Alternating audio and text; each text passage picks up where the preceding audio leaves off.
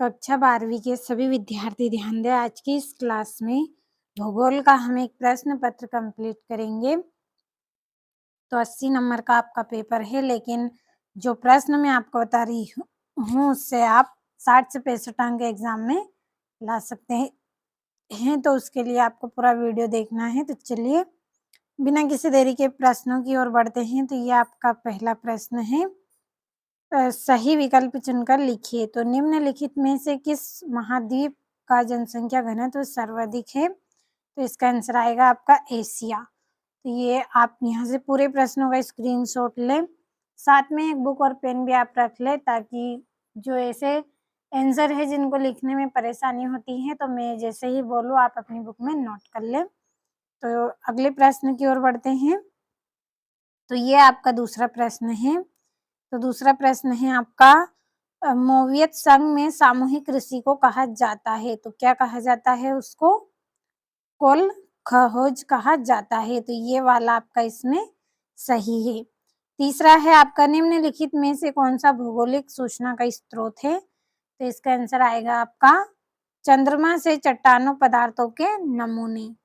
तो अच्छे से कंप्लीट करना है। दोनों प्रश्नों का जल्दी से स्क्रीनशॉट ले, क्योंकि हमें कम समय में पूरे प्रश्नों को कंप्लीट करना है। तो स्क्रीनशॉट लीजिए। तो ये आपका यहाँ पे चौथा प्रश्न है, जनगणना वर्ष 2011 के अनुसार भारत में सर्वाधिक जनघनत्व वाला राज्य तो कौन सा राज्य है? पश्चिम बंगाल। अगला है आपका, कॉफी के बागों को ब्राजील में कहा जाता है। तो क्या कहा जाता है इसको? फेजेंडा। तो ये वाला आपका इसमें सही है, स्क्रीनशॉट लें। छठा प्रश्न है आपका, निम्नलिखित में से कौन सा एक प्राथमिक क्रियाकलाप है? तो इसका आंसर आएगा आपका कृषि।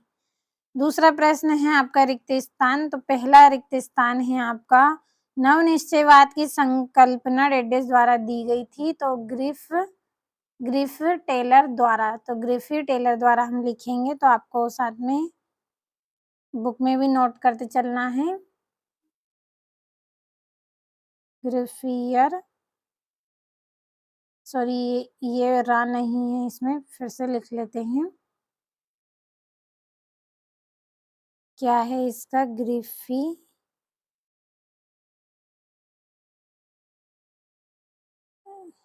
टेलर।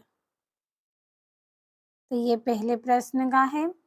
दूसरा है, एशिया महाद्वीप की जनगणना लगभग प्रतिशत है। तो 80%।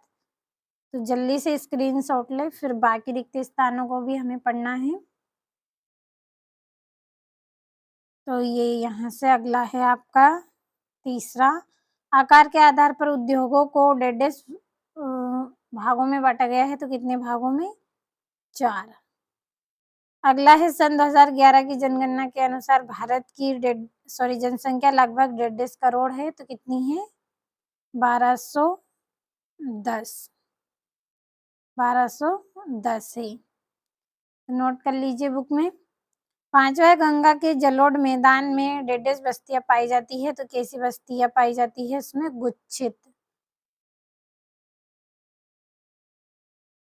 गुच्छित बस्तियां।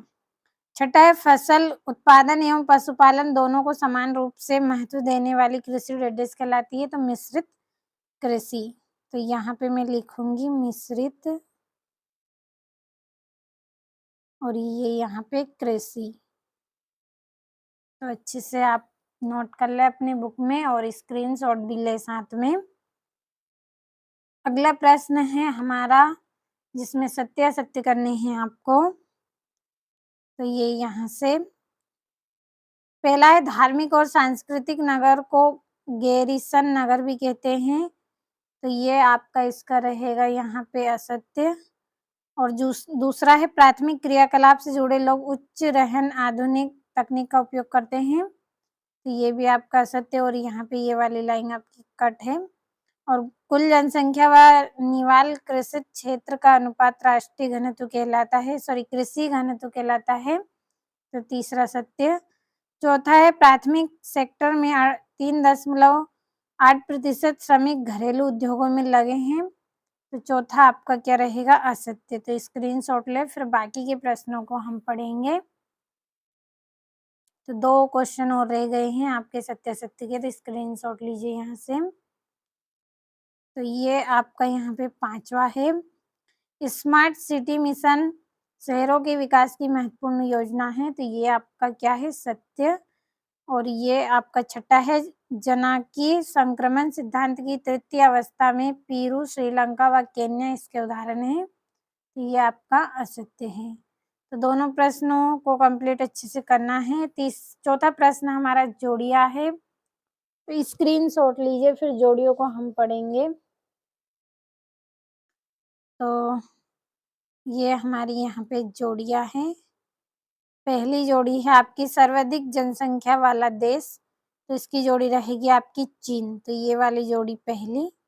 दूसरी जोड़ी है सर्वाधिक जनसंख्या घनत्व वाला महाद्वीप, तो इसकी जोड़ी रहेगी आपकी एशिया, तो ये दूसरी जोड़ी है। तीसरी है सबसे कम क्षेत्रफल वाला महाद्वीप, तो इसका आएगा ऑस्ट्रेलिया, तो ये वाली जोड़ी तीसरी।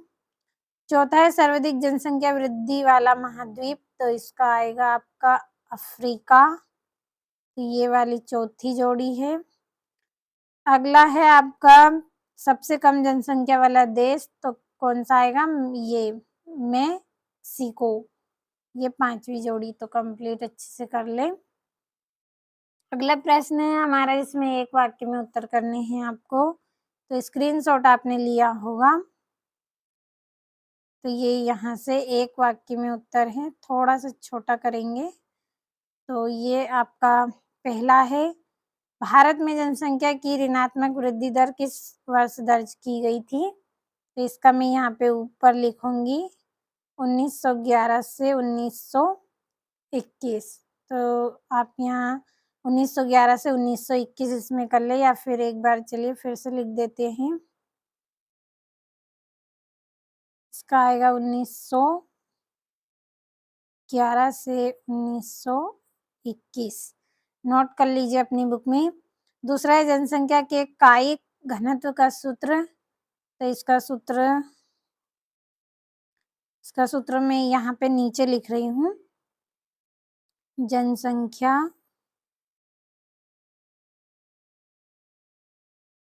जनसंख्या घनत्व बराबर आपको इस तरह से एरो लगाना है। ऊपर आपको लिखना है कुल आबादी, तो ये आपका कुल आबादी बटे में आपको लिखना है कुल क्षेत्रफल। तो यहाँ थोड़ा सा दूर लिख रही हूँ, कम जगह है इसलिए कुल क्षेत्रफल, ये वाला कुल क्षेत्रफल। तो मैंने जनसंख्या घनत्व बराबर का निशान लगाना है जैसे गणित में लाते हैं, और कुल आबादी बटा कुल क्षेत्रफल। स्क्रीनशॉट ले। तीसरा प्रश्न, प्राथमिक क्रियाकलाप से जुड़ी बस्तियां क्या कहलाती हैं? तो ग्रामीण बस्ती। तो इसका आंसर यहाँ पे मैं लिख रही हूँ ग्रामीण बस्ती। तो जल्दी से स्क्रीनशॉट लीजिए आप। चौथा और 5वां प्रश्न भी हमें पढ़ना है, स्क्रीनशॉट लिया होगा। अगला प्रश्न है आपका, जो चौथा है आपका, उत्तरी अमेरिका में घास के मैदान को क्या कहते हैं? तो क्या कहते हैं इसको? प्रेरी।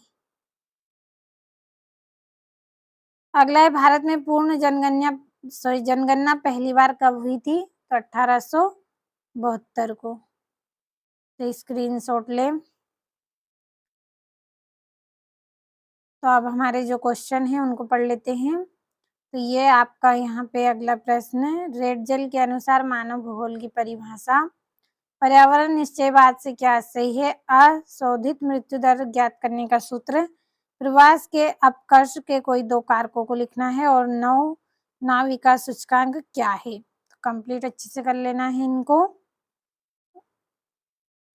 ये यहाँ से आपका 9वां का अथवा है, ये 10वां और 11वां प्रश्न है। तो ये ब्रूस यहाँ पे हटा देती हूँ ताकि आप अच्छे से स्क्रीनशॉट ले पाए।